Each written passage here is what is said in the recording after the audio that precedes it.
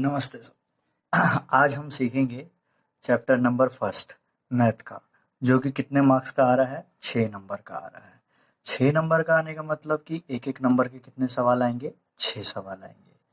तो इस चैप्टर का नाम है रियल नंबर्स। थोड़ा सा नाम से ही समझते हैं रियल नंबर्स कि रियल नंबर्स क्या होता है। फिर हम थोड़ा सा इंट्रो टाइप, फिर हम पूरा चैप्टर टाइप वाइज कवर करेंगे, क्या क्या सवाल आएंगे, कितने कितने मार्क्स के और किस किस तरीके के सवाल आएंगे। तो सबसे पहली बात आती है कि रियल नंबर्स क्या होते हैं। तो रियल नंबर्स में दुनिया के सारे नंबर होते हैं, जितने भी नंबर आपने पढ़े हैं वो सारे के सारे नंबर आज तक, वो सब के सब कैसे होते हैं? Real numbers. चाहे प्लस में हो, माइनस में हो, रूट में हो, डिवाइड में हो, पॉइंट में हो, रैशनल हो, इरेशनल हो, इंटीजर हो, कैसा भी नंबर, सारे के सारे नंबर कैसे होते हैं? रियल। बस एक नंबर रियल नहीं होता है, जो कि आपके इस किताब में नहीं बताया गया, अभी वो 11th क्लास में आएगा, कि अगर रूट के अंदर माइनस आ जाए, तो रूट के अंदर माइनस आ जाए तो वो रियल नंबर नहीं होता। बाकी तो सारे के सारे नंबर कैसे होते हैं? रियल नंबर होते हैं।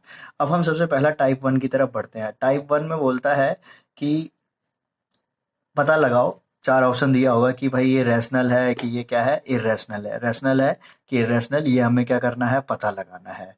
तो अगर कोई भी नंबर रैशनल होता है तो वो पी वाई क्यू की फॉर्म में होता है, यानी अपॉन की फॉर्म में हो, और क्यू जो है वो नॉट इक्वल्स टू क्या होगा? जीरो होगा, यानी क्यू की वैल्यू कभी भी जीरो नहीं हो सकती। क्यों? क्योंकि अगर हम किसी भी नंबर को जीरो से डिवाइड करेंगे तो वो आंसर क्या हो जाएगा? इन्फिनिटी, जो कि पॉसिबल ही नहीं है। तो हम जानते हैं कि अब रैशनल नंबर कैसे होते हैं, कि जैसे अगर 7/2, 3/4 अपॉन में कुछ भी लिखा हो तो सब रैशनल है। अब जीरो भी लिखा है तो जीरो भी क्या रैशनल होगा? हाँ बिल्कुल होगा, क्योंकि हम इसको 1 से डिवाइड कर सकते हैं। अब खाली 2 है तो क्या 2 रैशनल होगा? तो हाँ, क्योंकि 2 अपॉन में 1 लिखा जा सकता है। क्या 3 रैशनल होगा? तो हाँ, 3 भी रैशनल होगा, उसको भी 1 से डिवाइड करके लिखा जा सकता है।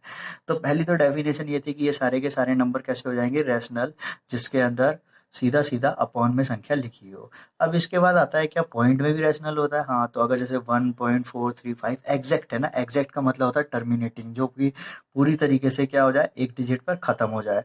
तो वो जो टर्मिनेटिंग नंबर होते हैं वो सारे के सारे नंबर क्या होते हैं? रैशनल। जैसे 435 या 4375 मान लो कहीं जाके तो खत्म हो ही गया, तो ये कैसा नंबर है? रैशनल।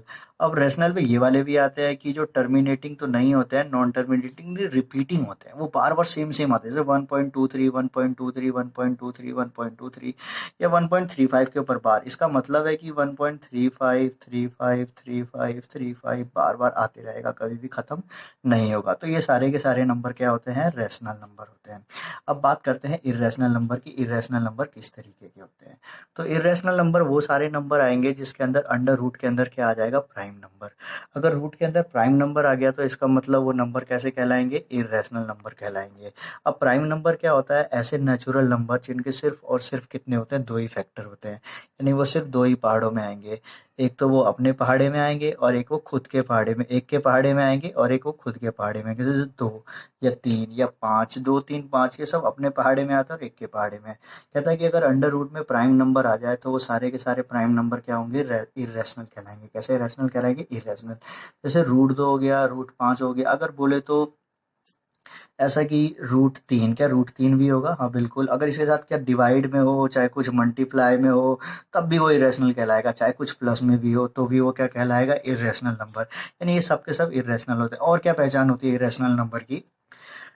जैसे कि अगर मान लीजिए पॉइंट में नॉन टर्मिनेटिंग हो और कभी रिपीट भी नहीं हो रहा हो। समझ रहे हो बात को? यानी कि वो कभी रिपीट भी नहीं हो रहा है और वो चलते ही जा रहा है, कभी खत्म भी नहीं हो रहा है और कभी भी कुछ भी रिपीट नहीं हो रहा है, तो वो नंबर भी कैसा नंबर कहलाएगा? इर्रेशनल नंबर कहलाएगा। जैसे कि 1.432 156, ऐसा कभी कुछ खत्म ही नहीं हो रहा, तो ये भी नंबर कैसा है? इर्रेशनल। और एक छोटा सा आप और याद रखें, पाई। जो पाई होता है ना, वो पाई भी कैसा होता है? इर्रेशनल नंबर होता है, क्योंकि पाई की जो वैल्यू होती है ना 3.1456 ऐसा चलती रहती है और वो कभी खत्म ही नहीं होती है। तो ये था पहला टाइप 1, कि हाँ भाई रैशनल नंबर क्या होता है और इर्रेशनल नंबर क्या होता है। अब हम इसके ऊपर कुछ सवाल करते हैं, जरा जानते हैं कि कैसे कैसे सवाल पेपर में पूछे जाएंगे। तो क्वेश्चन नंबर फर्स्ट, इसमें आपको पता लगाना है कि भाई बताओ कि ये नंबर रैशनल है कि इर्रेशनल। जैसे मान लीजिए पहला नंबर लिखा है 4, 5, 6, 7, तो फिक्स है ना, तो अगर ये फिक्स है तो ये नंबर कैसा कहलाएगा? रैशनल नंबर कहलाएगा। कैसा नंबर कहलाएगा? रैशनल। अब हम रैशनल के लिए आर लिखेंगे और इरेशनल के लिए आई आर लिखेंगे शॉर्टकट में। अब जैसे मान लीजिए लिखा है 1.353535, तो ये नंबर भी कैसा कहलाएगा? रैशनल कहलाएगा। अब ऐसा लिखा है रूट के अंदर 3 प्लस 4, तो ये भी नंबर कैसा है, इर्रेशनल है। अब ऐसा बोले 2 प्लस रूट 3 और यहाँ पर माइनस लगा के अलग से रूट 3 लिखा है, तो कहते हैं ये नंबर कैसा है। तो अगर आप देखें ब्रैकेट खोलेंगे तो रूट से रूट क्या हो जाएगा, कट जाएगा, तो ये नंबर भी कैसा है, रैशनल। ये ऐसा गुमराह करने के लिए ऐसे सवाल दे दिया जा सकता है।